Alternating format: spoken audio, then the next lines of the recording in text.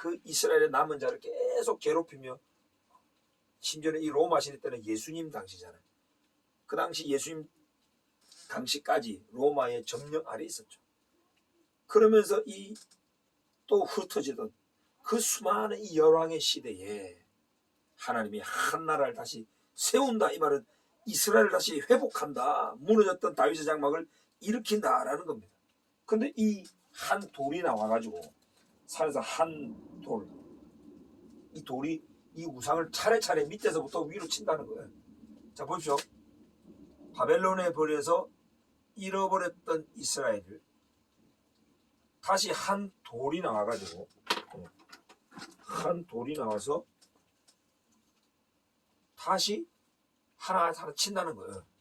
종아리도 치고 넓적다리도 치고 또 치고 치면서 완전히 잃어버렸던 그 유다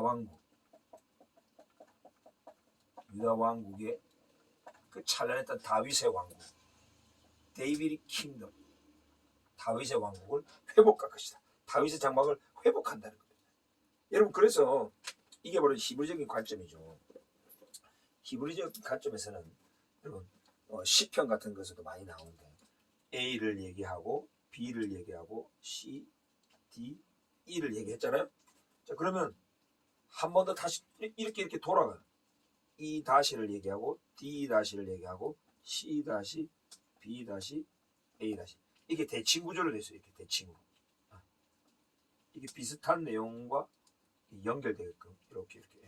이게 바로 히브리 문학의 구조고 하나님의 그 놀라운 카이로스의 경륜인 것 같아요.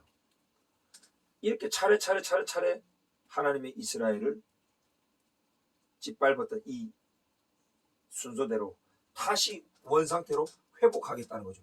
잃어버렸던 이스라엘을 회복한다. 잃어버렸던 다윗의 장막을 다시 일으킨다는 거다. 그래서 이제 요 다인종 요때 요 시대 때 바로 예수 그리스도의 시대잖아요. 우리 예수 그리스도가 오셔서 십자가에 달려 죽으시고 부활하심으로 하나님의 언약 백성의 죄를 도말하시고 모든 우리 이방인들도 그 그리스도 안에서 함께 접붙임 받아 새 언약을 중보하시는 분이시죠. 새 언약의 백성이 이제 되셨어요. 자, 그러면 이 이방인의 때가 또 찰 때까지 이스라엘이 또 짓밟힌다는 거예요. 근데 짓밟히는데 하늘의 하나님께서 그의 아들 예수 그리스도를 통해서 저 이스라엘을 버려버린 게 아니에요. 저 땅과 저 백성을 아예 버려버린 게 아니라는 거예요. 이스라엘의 회복을 향하여 다시 올라간다는 거예요. 이 산돌, 건축자의 버린 돌이 저 모퉁이 돌이 되었다. 저 코널스도 이방인의 뜰에 있는 그 돌, 바로 이 이방인의 교회를 상징하죠. 교회의 머리가 되셨지만 저 하나님의 성전을 회복하고 다윗의 성전을 회복하기 위하여 다시 하나하나씩 이방인의 때를 지나면서 하나하나씩 물리친다는 거죠. 자, 보십시오. 그러면 자, 요 다인종 때 또 다인종 시대가 있잖아요. 사도행전에 보면 많은 다인종들이 이스라엘에 머물러 있었어요. 자, 그 다음에 로마와 비슷한 비잔틴의 시대가 왔죠. 비잔틴 제국이 이스라엘을 점령을 했어요.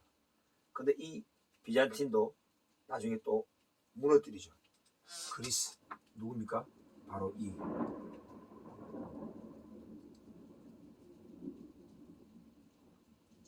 사사시드라고 하는 이런 그 네오 이란,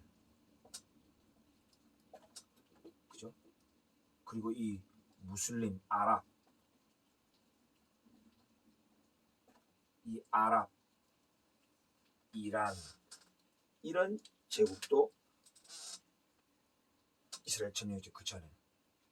근데 이 로마와 이 비잔틴이 비슷합니다. 그죠? 로마 제국에서 동로마, 서로마로 나눠졌죠. 그리고 그리스의 문화가 여러분, 그리스의 문화가 이 사시드라는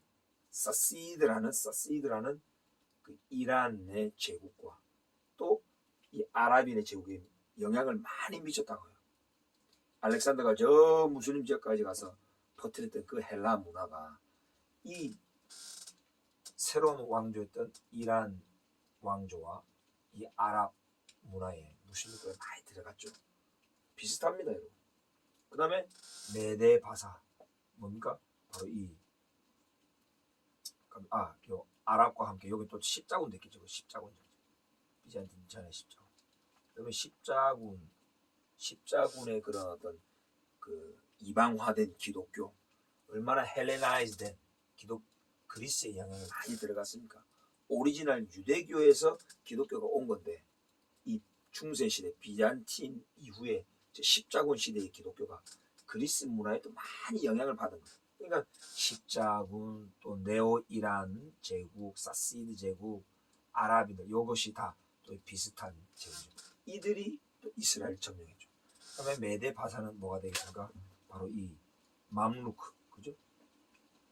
무슬림 제국과 또 오스만 투르크, 그죠? 맘루크, 오스만 투르크가 바로 이 메데 바사의 형태와 비슷하죠. 이 맘루크, 오스만 투르크. 자, 보십시오. 이 산돌이 하나하나 탁 쳤다는 거예요. 시대가 이방인의 때가 지나갈수록 이 모든 이방인 제국들을 하나하나 다 치면서 올라가는 거예요. 그 마지막에는 자, 바벨론이. 그래서 요한계시록에 보면은 이 마지막 시대에 하나님의 심판을 받는 이 세상의 권력, 그 세력을 바벨론으로 부른다는 거예요. 바벨론. 이 마지막 시대 때도 바벨론에 있다는 겁니다. 바로 1948년 이스라엘의 회복이 이제 시작이 됐는데 이제 하나님께서 이스라엘을 막 회복하고 있는데도 저 예루살렘을 치러 왔던 바벨론처럼 한 번 더 치러 온다는 거죠. 예. 그래서 우리 예수님도 예루살렘이 군대에 둘러싸이는 것을 보거들라 인자가 문 앞에 가까이 와 있는 줄 알아라 그랬습니다. 구약 성경의 예언에서 또 요한계시록에서 얼마나 많이 예언합니까? 하나님의 거룩한 성, 저 예루살렘을 치러 수많은 열방 민족들이 연합해서 온다는 거예요. 얼마 전에도 보십시오. 저 팔레스타인이 이스라엘을 향해서 엄청난 로켓을 하고 시민들을 공격했는데도 지금 유엔이라든지 열방에서도 아직도 이스라엘 편이 아니고 바벨론의 편이에요. 이방인의 편이고 팔레스타인의 편이에요. 눈이 가려져 있는 거죠. 바벨론의 세력이 점점 연합이 되고 있습니다. 이스라엘을 치러 온다는 거죠. 근데 마지막 이 바벨론도 산에서 뜨인 이 돌멩이에서 완전히 박살나고 하나님께서 그죠? 예수 그리스도께서 이 일을 한다는 거죠. 우리 교회를 통해서 하실지 아니면 재림 때 그리스도께서 직접 하실지 그거는 저는 모르겠습니다. 아무튼 이 바벨론도 마지막 하나님께서 다 파하시고 신원하시는 해, 보복하시는 해를 이제 이루시고 무너진 다윗의 장막을 회복하시며 하나님의 왕국, 천년 왕국을 이루신다.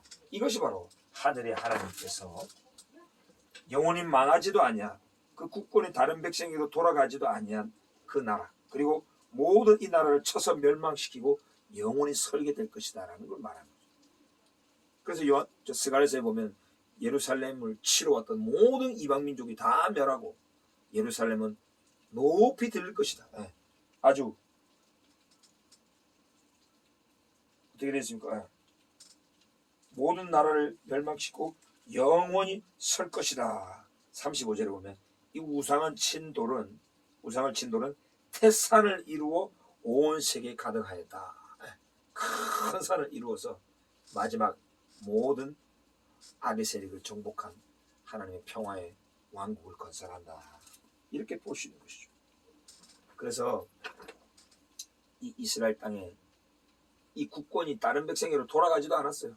비잔틴, 또 무슬림, 아랍, 네오 이란, 맘루크, 오스만 투르크, 십자군 많은 이방 세력들이 저 땅을 점령은 했지만 그 국권은, 그 권세와 권리는 한 번도 이방인에게 간 적이 없어요.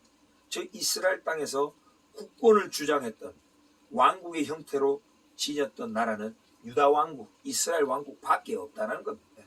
그저 아랍 유목민들과 저 나라 사람들이 함께 유대인들과 함께 섞여 살았어요. 그리고 이 백성이 절대 안 망해요. 이 이방인의 때 속에서도 유대인들이 한 번도 이스라엘 땅에서 사라졌던 적은 없습니다. 항상 이스라엘 땅에는 유대인들이 남아 있었어요. 특별히 저 갈릴리 지역을 중심으로 유대인들이 늘 남아서 하나님의 토라를 연구하고 하나님의 말씀을 계속 전수해 왔어요. 하나님의 씨는, 하나님의 저 언약의 씨는 저 언약의 땅에서 한 번도 사라진 적이 없다라는 것입니다. 그 국권이 영원히 다른 백성에게 돌아가지도 아니할 것이고 영원히도 망하지도 아니하는 저 이스라엘 나라가 지금 우리가 사는 이 시대에 완전히 지금 막 회복이 되고 있는 현장을 우리가 보고 있다는 것이죠.